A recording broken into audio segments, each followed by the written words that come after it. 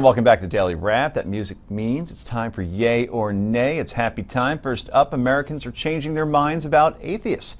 According to a Gallup poll, 58% of Americans would vote for a qualified presidential candidate who happens to be an atheist. That number is up 4 points since 2012 and up 40 points since 1958, the year that question was asked. We also call that Rick's sophomore year.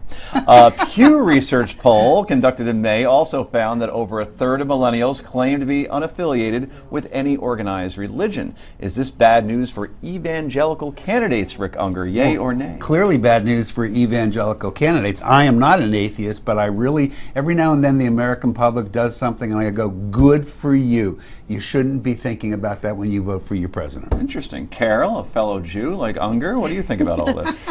I'm sort of in the same boat as Rick because us Jews like to stick together, you know. Right. I agree. I think that we want to look at the qualifications of the person and not their affiliation. I don't want someone voting for a woman just because they're a woman. I don't want someone voting for someone because of their religion. We should look at their character. We should look at their policy. We should look at who they are and their track record. Before you answer, Gillian, I got word in my ear, breaking, by the way, it's all over Breaking Twitter, news. by the way, that apparently you and Mr. Unger will be hosting Sean Hannity's radio show on Friday. This Can is you big believe news. it? This is history, baby. A liberal joining with, what are you? An What are effective you? thinker. With an effective thinker to host Sean Hannity. So that's 3 to and 6. you heard it here first. Check your local listings on your Check radio your local dial. listings. Good stuff. Anyway, Rick, oh, I'm sorry, you want to answer the question first. No, that's great. I disagree with her. I agree with her. Okay. The We are what all she in said agreement. move. Okay, very good. Next, Rick Perry's presidential campaign could be facing some serious financial troubles. The National Journal now reporting that some of the former governor's staffers were not being paid. Well, late last night, CBS News confirming that not just some of Mr. Perry's staffers were not being paid, but all of them. So apparently donations to Perry's campaign have dropped dramatically over the past several months, forcing campaign staffers to work on a volunteer basis. Is this a sign that Governor Perry's campaign is nearing an end? Yea or nay, Unger? It may be, and I do feel bad for him. I went to see him not long ago. I thought he's come a long way in the 4 years towards really learning what it's all about.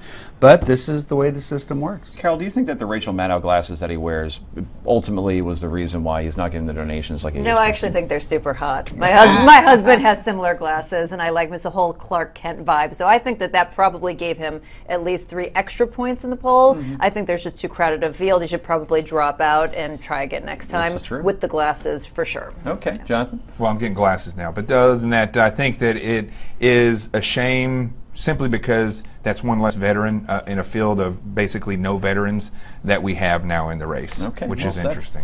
Well, finally, Melissa Gilbert for Congress, the former Little House on the Prairie star, announcing Monday that she is running for Congress in the great state of Michigan. The 51-year-old actress, that's all she is, running as a Democrat, says she will fight to make life easier for families who feel they have fallen through the cracks, much like the Ingalls family in Walnut Grove, if you recall, while the Olsons just kept getting richer from that 7-Eleven mercantile they ran in town. All right, a little tangent, a little side note, but can a former actor have a successful political career? You can't be Yay or serious nay? asking that question. I'm thinking that there was a president, the 39th, I believe. Not only was there a former actor, there's been many, by the way, 40th. who had a successful career. He also shared something else with this young woman. They were both presidents of the Screen Actor Guild. Oh, that's right. She was the president. I just want to know if the GOP is going to run Nellie Olson against her. I hope they do. Nellie Olson's kind of like Trump. She's fearless. You're right. She doesn't take any prisoners. She would be on brand. And she's not for real. Boo. Don't ruin that for me. And she had Nellie's restaurant in the later But years. it's something the of Wilson GOP Bird. should take a cue from here. Again, pop culture in America sells. You may not like it, but it is the reality. So you should be fielding people who have this awareness and have this brand.